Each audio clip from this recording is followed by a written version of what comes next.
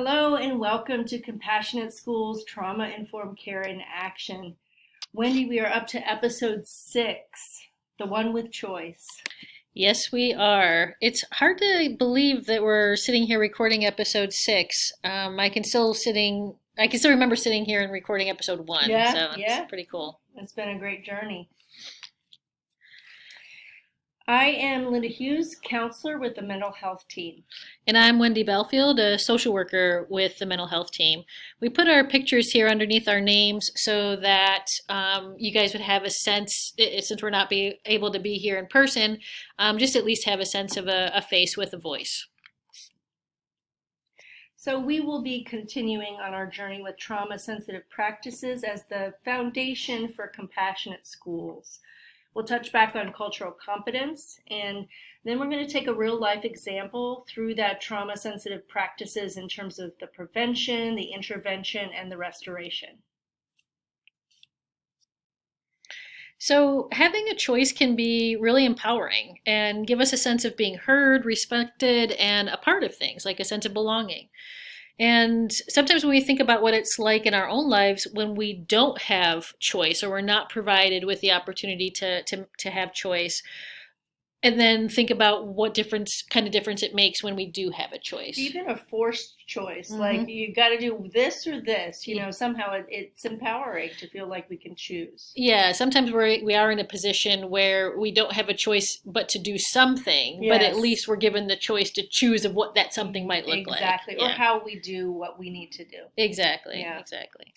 So that's going to hopefully underpin a little bit of what we're going to talk about today. All right, so we want to take a minute, like we have in all of our sessions, to revisit the concepts of cultural competency and intersectionality that we've been weaving through these presentations. These concepts are going to continue to feature significantly in all the work that we do because they're such important components of creating safe and engaging learning environments. So we want to make sure that we're always making an effort to maintain that conscious awareness of both of these concepts until eventually, hopefully, they just become an unconscious part of our daily practices. So, one of the first steps of becoming a culturally competent educator is to raise our awareness of our own cultural connections and how those connections shape the way that we view the world and the people around us. The goal here is really to begin to peel back the layers of identities and connections that make us all human, and to acknowledge that those cultural identities and connections influence the way we see, experience, and understand the world around us. So intersectionality, those moments when you've really connected with a family, they stick with you, don't they? Especially a family that is maybe very different from you, that might even stick more with our experiences in education. So we have that great honor, the incredible responsibility really of taking care of and educating children with equity. So understanding our own blind spots is essential. Intersectionality, this idea, it's really about seeing more than one part of somebody, not just seeing them as their gift that we know about or a strength that they have, nor just as someone is defined by a struggle they have. We don't want to define them just by something that they struggle with. Yeah, this can be kind of tricky, really, especially that part where you mentioned like a gift or a strength that they have. Sometimes it feels like you're like complimenting somebody or highlighting an aspect of their personality or a part of what makes Mm-hmm. them whole, and you think that's doing them justice, and it's not that that's not what's happening. So it's not like you're not providing a compliment, but sometimes Yeah. we tend to pigeonhole them as just being only that thing. Well, we can see that a lot with athletes who get a lot of praise and respect in a community for their athletic abilities, and then they get an injury Hmm. and they feel like they've lost their identity. Almost their value is coming from one thing that they do. Yeah. And when they lose that thing, who are they? Yeah, that's a great example. I think there's a great documentary on Olympic athletes and Yes. that phenomenon that Very good. happens. Yeah, and it talks specifically about that. When your value is placed on one aspect of who you are as a human, and it might be your strongest attribute, Hmm. but when you're only viewed as valuable in that one area, then when that one area is no longer, you're no longer an Olympic athlete. Yeah, the Olympics passed. There's a lot of mental health issues Yeah. with a lot of those Exactly. athletes because Exactly. yeah, their identity is so connected to one thing. Yeah. So it isn't just seeing a student as the black smart kid or the lonely quiet gay boy or the child who doesn't fit the gender norm or the tall girl with a learning disability. Right. We kind of like categorize things. And what's underneath those things for these children though? We all want to be seen as whole. We don't like that either if somebody just defines us by one thing, one part of ourselves. So that you aren't just one thing or two things. Intersectionality is about realizing that some things might give us privilege. They allow us to hit the accelerator in life. And other aspects of identity can feel like there are brakes on while we're trying to move forward. So this is really about a student feeling liked and cared about for all of who they are, not just the things that we first see or we find out about them or strength that they have. That nobody is making assumptions or they're filling in blanks with biases, even if they have really good intentions. So the black smart kid who dresses well might have family members who have experienced trauma and discrimination and worked extremely hard at multiple low-paying jobs to kind of be able to thrive. Or they may have a grandparent who went to Harvard and won the Nobel Prize. Mm-hmm. You know, we just don't know. How will we know how to fill in the blanks if we don't understand the importance of not making those assumptions? The importance of seeing others as more mysterious and multi-layered. So do we know what we ourselves tend to fill in the blanks with? We all have these unconscious biases for all kinds of things. It's how our brain works. We talked about that in one of our... Yeah, the blind spots. Yes. Yeah. So can we make that shift personally? Each one of us needs to do this to be more curious about the depths of our students, our families, and our colleagues, even when they kind of push our buttons, rather than just kind of getting that first snapshot and filling in a bunch of assumptions without even realizing what we're doing. Yeah, that's a really good point, and I'm glad you brought up like colleagues. I know that's going to kind of be the theme for today is our peer relationships, our colleagues. And I think the other thing that like when you stop being curious, and this is part of like the trauma informed sort of paradigm, is that to continue to stay curious and avoid judgment. So when you stop being curious, that's when you start to assign judgment to something. And that's kind of similar to that filling in the blanks with the blind spot. And when you do that, you're kind of also setting expectations of that person based on your assumptions. Yeah. And so if you're viewing somebody through this sort of singular lens or even a couple of lenses, you're setting expectations based on assumptions you're making about all the other aspects of who they are or characteristics. And when that person then fails to meet those expectations, you start to assign judgment or you start to assign blame or you start to misinterpret the kinds of behaviors that they're having because you've set up a different kind of expectation of them in your mind, So interesting stuff. And I'm glad we're going to kind of explore that further. Yeah, definitely. So here we are again with continuing to revisit this slide because our series of tiny movements is really a huge component of the work that we're trying to do with trauma-informed care and cultural competency. So this came from an interview with Alicia Keys about her book, More Myself. And during the interview, she was asked about this particular quote, where she said, "We shift ourselves not in sweeping pivots, but in movements that are so tiny, they're hardly perceptible." And her explanation about that really just stuck with me. She was basically saying that when she was a child at her school and she was trying to fit in and be liked and accepted, just like we all feel that way, she made these little kind of adjustments to her hair, her speech, her clothes, the way she talked to people, the way she interacted with people, all based on cues that she was getting from her environment about what would make her valuable and would make her belong to the community that she was in. And she didn't make conscious choices to do that. There were these little subtle tiny movements that just happened as her effort to fit in. And she said it like years went by before she realized that she had done all those things. She had gotten away from her authentic self because she was trying to meet what she perceived to be the expectations of other people for her. Or even beyond the expectations, she was unconsciously trying to fit into a group of people she saw around her that didn't necessarily look like her. So it was like somebody assimilating and changing to the environment, but losing parts of themselves, their own personal expression, their character to fit into something, and then kind of losing themselves in the process. Yes, and that's almost exactly like what she kind of talked about, was this idea that she did those little tiny imperceptible movements that over the course of time, she looks in the mirror and she's like, well, wait a minute, this doesn't feel authentic to who I really am. Yeah.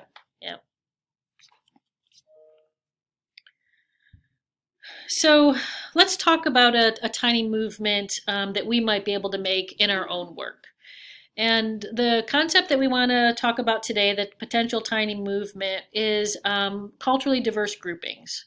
So this is potentially around the groupings of students from different cultural backgrounds that can encourage our students to learn more about each other.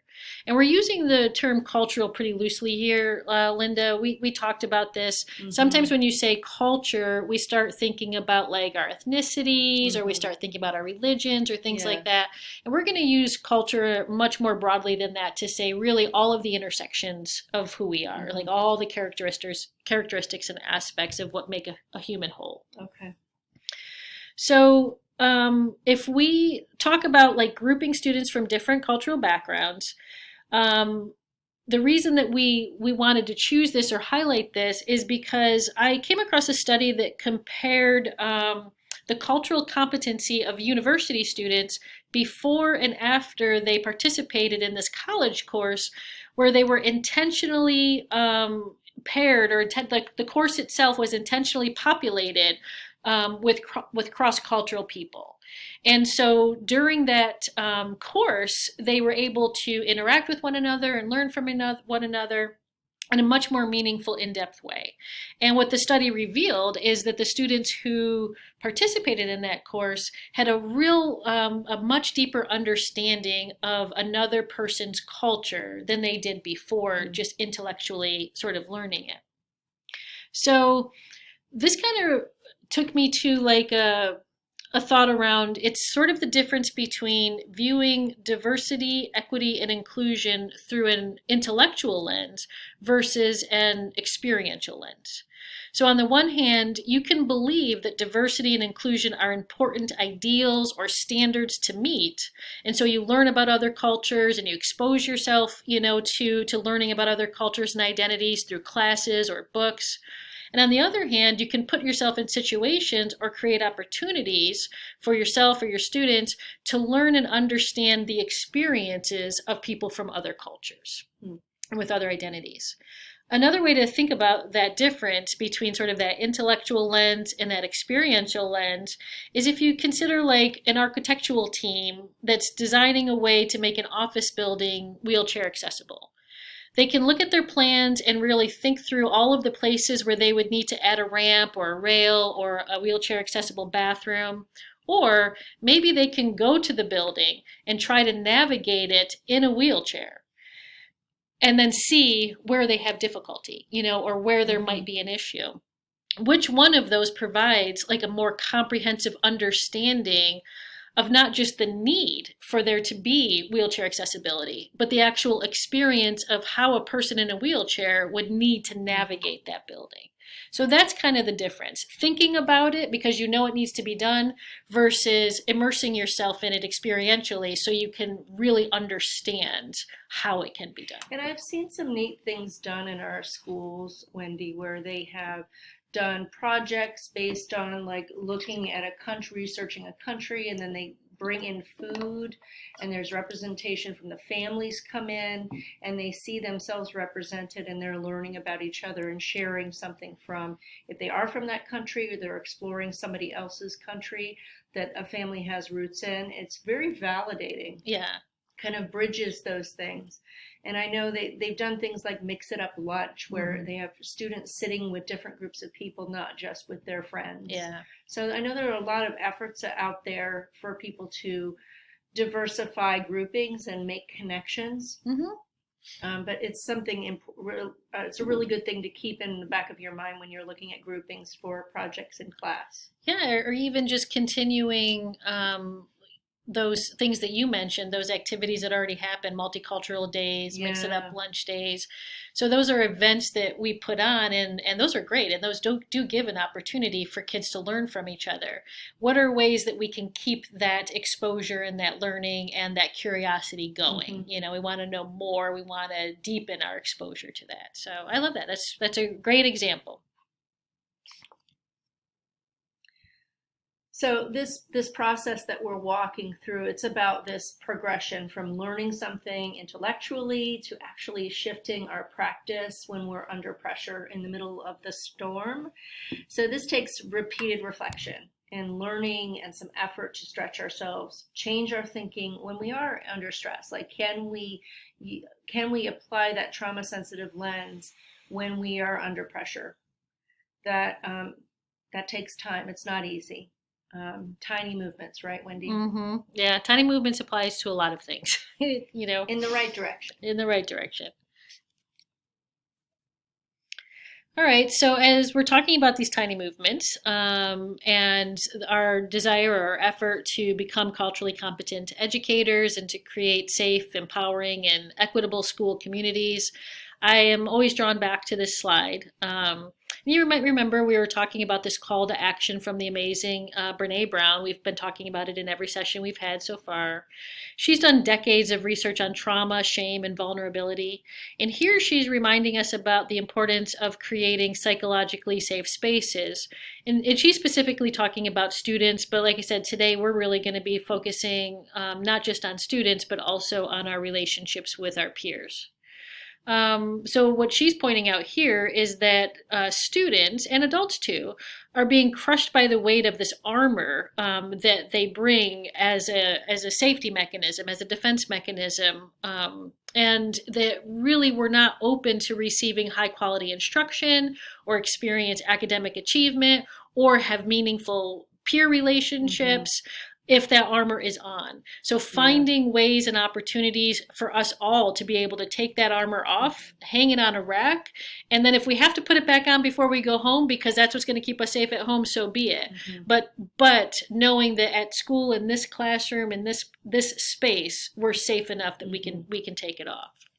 So really focusing in on what are the subtle messages that we're sending to our students and to one another to say, you're safe here, you're safe with me. And even if we think back to the tenet that we're looking at today, choice gives that feeling of respect. Somebody's respecting me as an individual to be able to make choices for myself or for my peers. And that is validating. That allows you kids to take down that armor. Yeah, absolutely.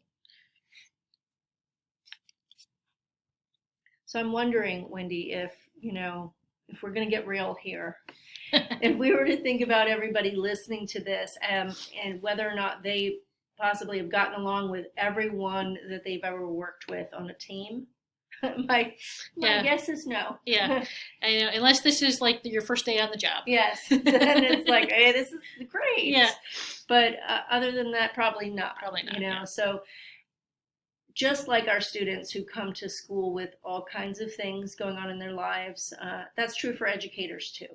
And a room full of us also represents loss, childhood or adult trauma, mental health challenges, personality differences, and of course, life stressors. So educators are people too. And how challenging is it when a colleague repeatedly pushes our buttons? Someone perhaps we work collaboratively with, someone that we can't get away from. We can't say, "Oh, I'm going to just move over here and not interact with that person." Someone with whom we are even interdependent. Mm-hmm. So when a source of stress is tied to someone at work, and we don't know how to lighten this load, it can be a barrier really to our own engagement in what we're doing and even our attendance. Yeah. So let's think this through. Mm-hmm. Let's imagine that a team member seems disengaged, doesn't pull their weight with responsibilities, seems not connected to the group. Maybe they agree to things, but then they don't follow through. And they always tend to have a reason why they didn't follow through. But this disengagement affects the whole team because, things aren't done. Everyone needs those things to be done. And then when you try to have a conversation to help with this, the person maybe gets defensive or prickly. How do we approach this? Yeah, this can be interesting, right? Yeah. And we're going to talk about for the rest of the session, we're going to be talking about this, recognizing that not everybody fits into that singular mode. Right. So really thinking about it, applying across multiple behaviors, even if the behavior you described isn't exactly it, right, it still would work for anyone that's consistently demonstrating a stress response that tends to provoke our own stress response. Something that pushes our buttons. Yes.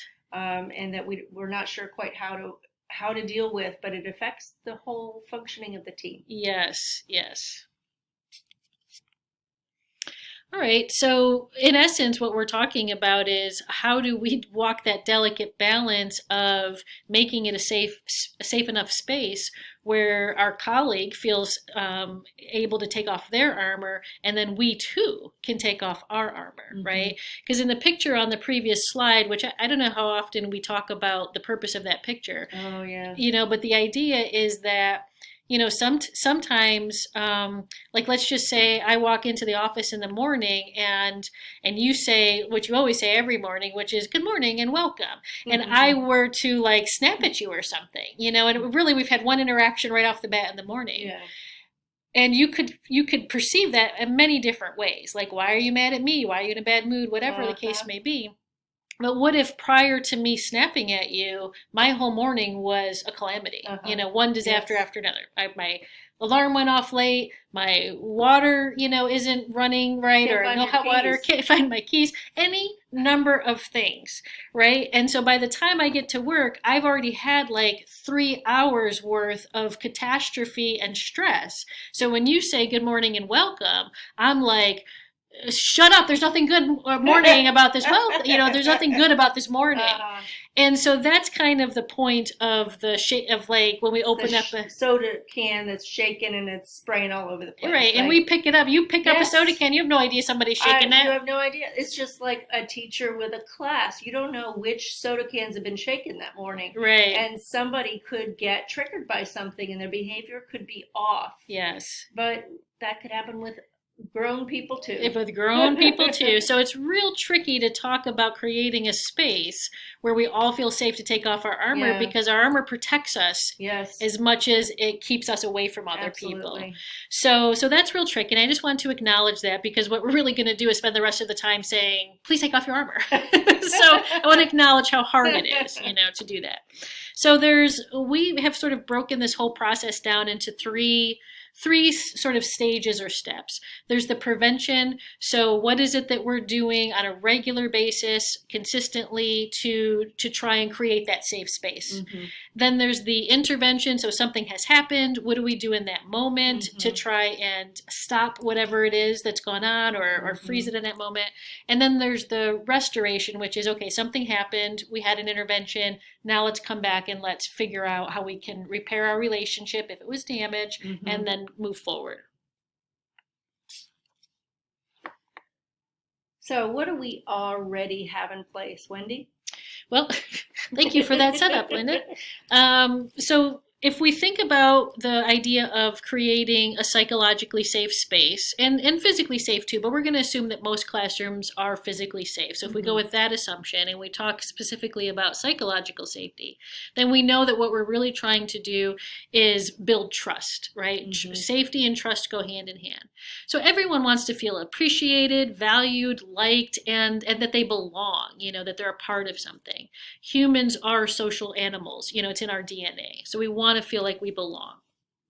Sometimes people react and push others away because they don't feel that sense of belonging, and then they create what they were actually afraid of. They create scenarios which cause them to be rejected, which is what they're trying to avoid. Yeah. And so it's that dance of the self-fulfilling prophecy.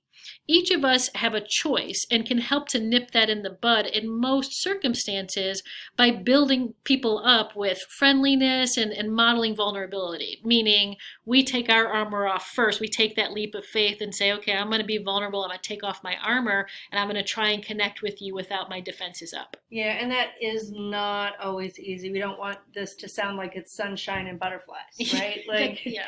Sometimes another person is really struggling, maybe with their own self-regulation, their own emotions, or their self-confidence, and things don't shift when we put in a bunch of effort, and becomes important at that point to kind of save ourselves and have clear and healthy boundaries rather than continue to feel like, hey, I'm pouring all this energy into this bottomless pit. Sometimes people like to keep a little more distance at work personally, and that's okay too. That might be part of your personality. Everybody's different. But it's the process of creating a space where people can be genuine.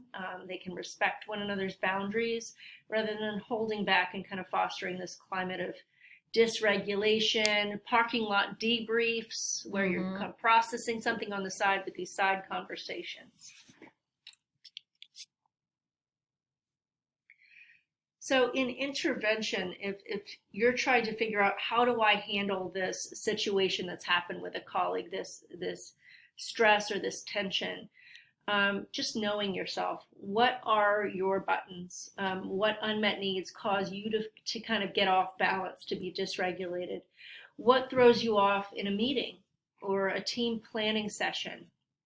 Is it when you're not getting respect? When you don't feel like you have control or things are out of control, when you don't feel understood or valued, maybe things don't feel fair, or there's not predictability, or you don't have a feeling of autonomy. Back to that choice. You don't feel like you have choices in things. So can you think of a time when an interaction with another staff member really threw you off balance? Think about what helped you regain your balance. What did you do to get yourself back to standing on firm ground? If you have something in mind and you have like some ideas about what could be helpful, make a note of something that you have found or seen to be helpful and kind of changing that dynamic, either with yourself or a stressed work team. And put that idea in our Padlet when you finish this episode. We totally need your ideas. Yeah, especially because, in essence, what we're sort of asking here is, can we not take things personally when it feels really personal? Oh, yeah, it does. It's easy to say, oh, nothing personal here, but the words coming out of somebody else's mouth feel very personal. So it's always great to know like what strategies other folks use or how people have been able to do that, to stay sort of grounded in, okay, this isn't personal about me when it feels really personal. Oh, yeah. So this second step of intervention is really, what do you do outside? The first step is that self-awareness. Am I off balance? What is helping me what do I need to do to get back in balance so I can handle this situation? The second step is, what do I do outwardly in the situation? So the idea that you could assume good intention and reflect the person's feelings. Like, wow, you seem really overwhelmed. I'm sorry you're struggling. And then switch to problem solving mode. So what can we do to solve this? Is there something that I can do to help out? What do you need in order to take care of this situation? validating feelings and the good intentions, the blame game. You don't get pulled into the blame game. Like, we joke that that's like step one. Something bad happens, and people have this quick inclination to figure out, how do I take the blame outside myself and put it on somebody else? So whatever is causing the discomfort is not my fault. Yeah. And I think the reason that we joke about it and that we actually openly talk about it in our little team is because you do find relief from doing that initially. Yes. Like there is Yes. some relief that it brings. So there's like this real natural pull to do that, to point at something out, even if it's not a Yes. person, even if Oh, it's yeah. like a computer or it's anything. Yes. So it's hard to stop that from happening. And I think the way we have reconciled that isn't to stop it from happening, because it's almost like reflexive. It's an automatic thought. It totally happens. It's really to like acknowledge it when it happens. Like, oh, good, you have accomplished the first step. Yes, we make light of it. We make light of it. But that's because we've also done the prevention work Yeah. of creating a safe enough space so Mhm. that we can make light of it without offending people. Like it becomes disarming because we're joking about something that we all do. It's not just one of us. Like, oh, I've been thrown under the bus for this one. Like, well done. You've established blame. Yes, exactly. So the other things that sometimes happen in these situations with colleagues is that side conversations end up building up. Mm-hmm. So like, let's say that somebody on your team behaves in a certain way that's out of character for them, or that causes a disruption, and then you end up in the side conversation with a couple other team members in the parking lot or in the break room or in the hallway, and you're talking about that person, and in the moment, again, it feels like you need to have that conversation and process it and whatever, and maybe that's true, but if those side conversations go beyond just processing and trying to problem solve as a team to enfold this person in, now it runs the risk of becoming gossip and further like marginalizing this person. So we have to be really cautious about how we're using our processing conversations with the other team members when it comes to talking about somebody else. Because venting can be, you don't want to keep all your thoughts and feelings inside, but the venting being appropriate and productive and kind of geared towards problem solving when it is the team itself that you are processing with. Yes.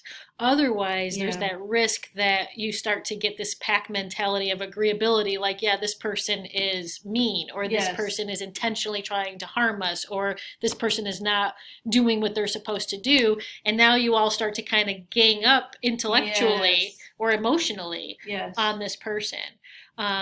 They feel excluded, and then it just continues. Exactly. It exacerbates the situation. Correct. Yes. Correct.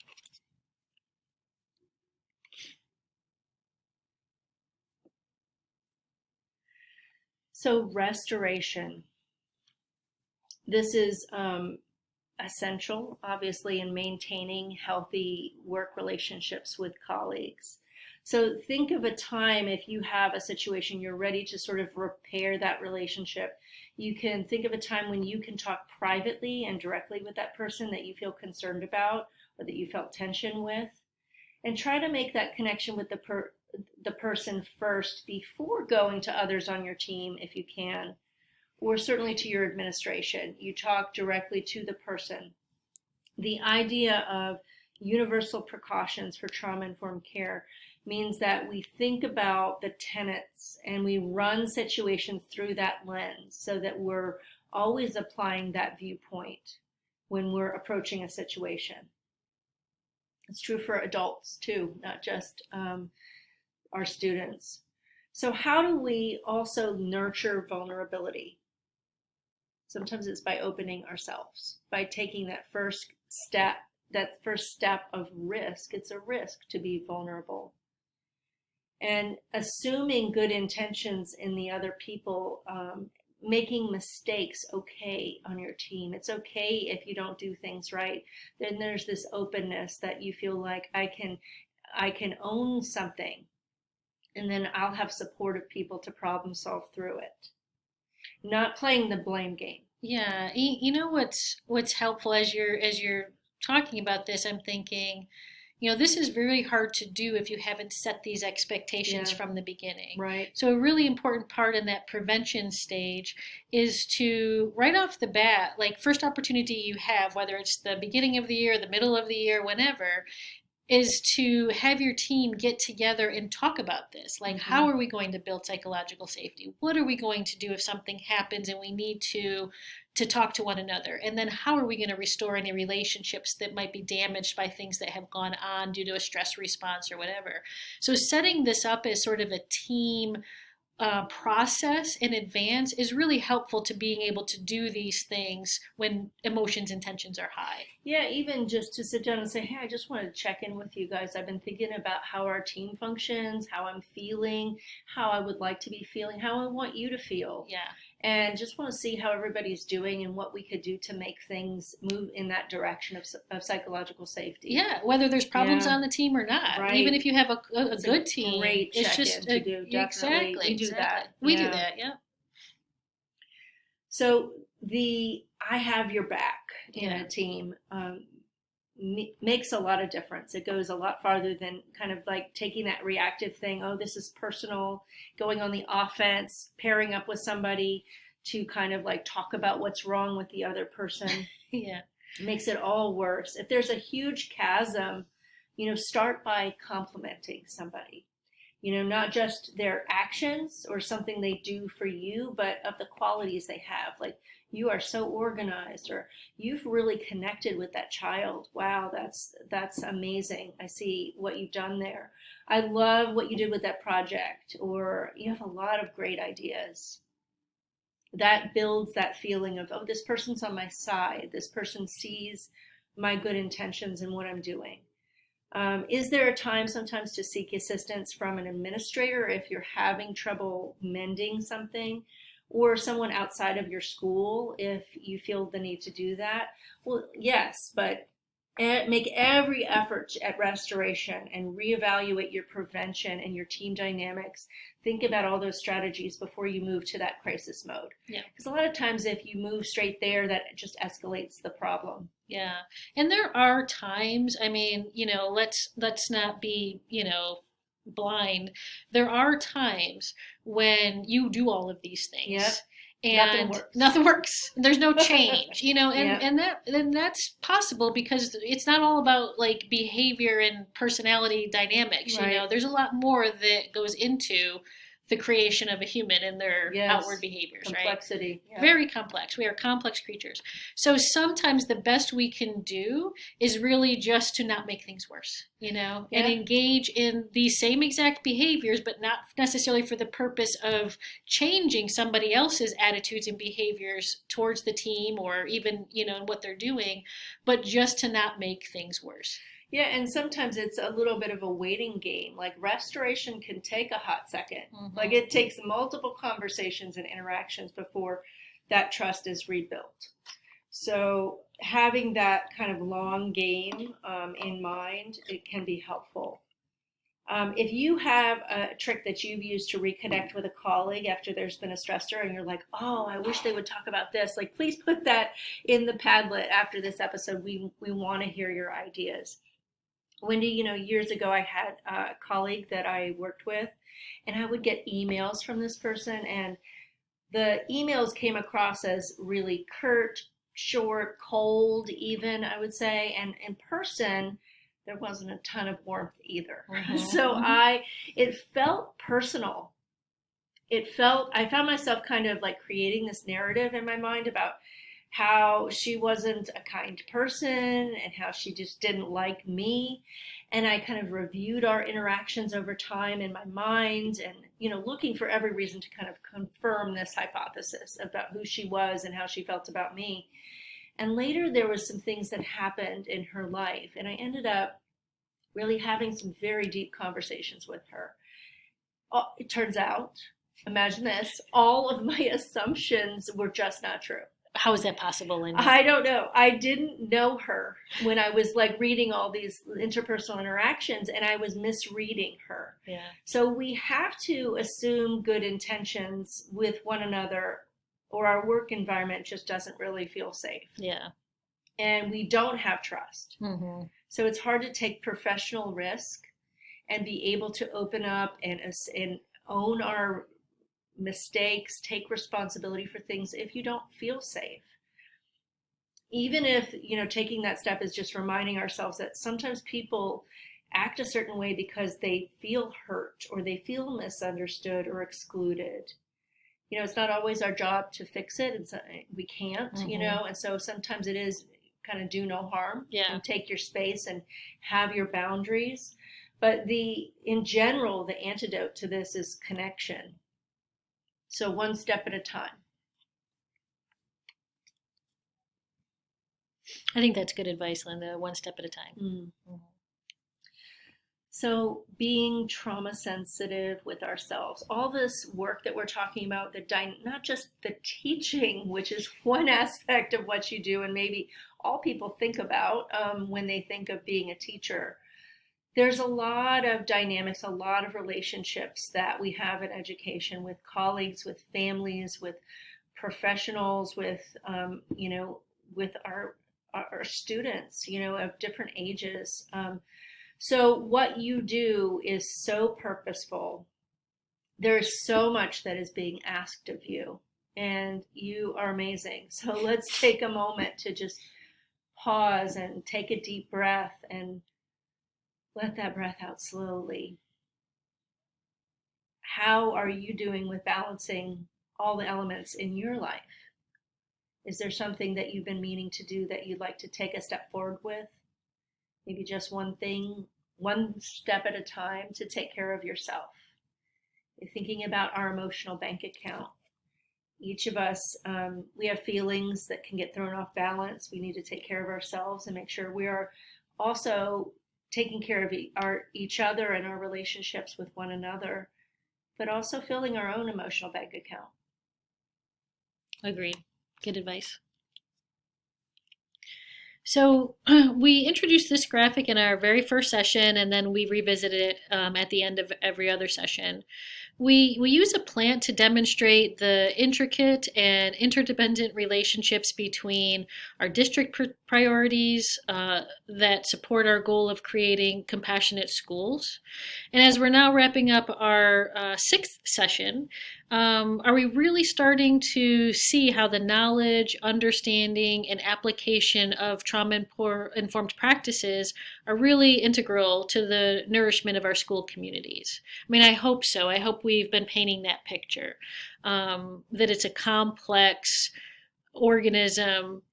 School communities are complex, yes. Right? And they require constant tending and nurturing. It's not like working your way through a curriculum map, right? It's not check, done. Sequential. Yeah, yes, it really, there's a scope and a sequence to it maybe, but there really is a need to continue to kind of tend to it and nurture it and tend to it and nurture it to have the kind of experiences that we're talking about. Mm-hmm.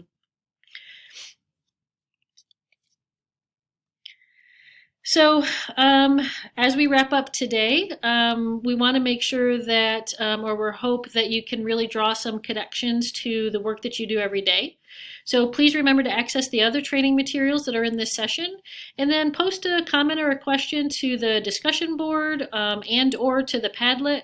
So that the discussion board is where we can see who posted discussion, and that's how we assign the in-service points. The Padlet is obviously anonymous unless you put your name there, and that's where we really just want your feedback and to get some of your ideas. Yes, your ideas. Put your ideas in there. Yeah, so we can share them. Yes.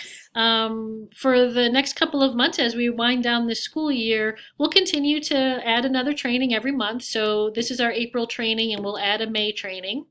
And we'll continue to build on these concepts and hopefully continue to build on them moving into next year as well. So please continue to revisit the course, discover any new content that's there, and maybe even revisit some of the content that you've already explored. And again, use the link to our Padlet to let us know what your thoughts are, and if you have like specific scenarios even that you'd like us to review or to talk about or highlight. So and share with your friends. Yes, pass it along. Thank you so much for your time and attention. We know that your time is valuable, so we appreciate you taking many valuable minutes to spend this time with us. Thanks. Take care and be safe.